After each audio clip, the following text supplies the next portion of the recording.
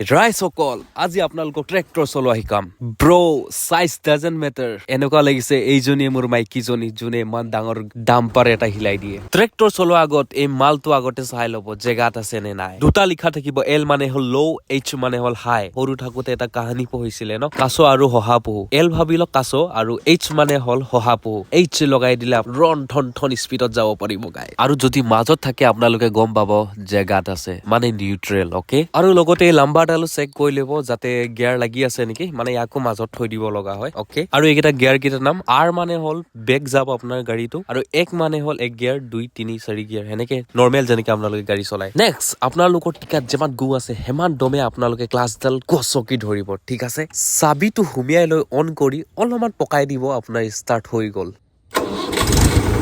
next আপোনাৰ ফালখন যদি লাগি আছে উঠাবৰ কাৰণে আপুনি এই কুলা পিচিডাল একেবাৰে টানি দিব ফুল এনেকৈ গিয়াৰ এটা লগাই ল' কৰি আপোনালোকৰ ট্ৰেক্টৰ যাব লাগিব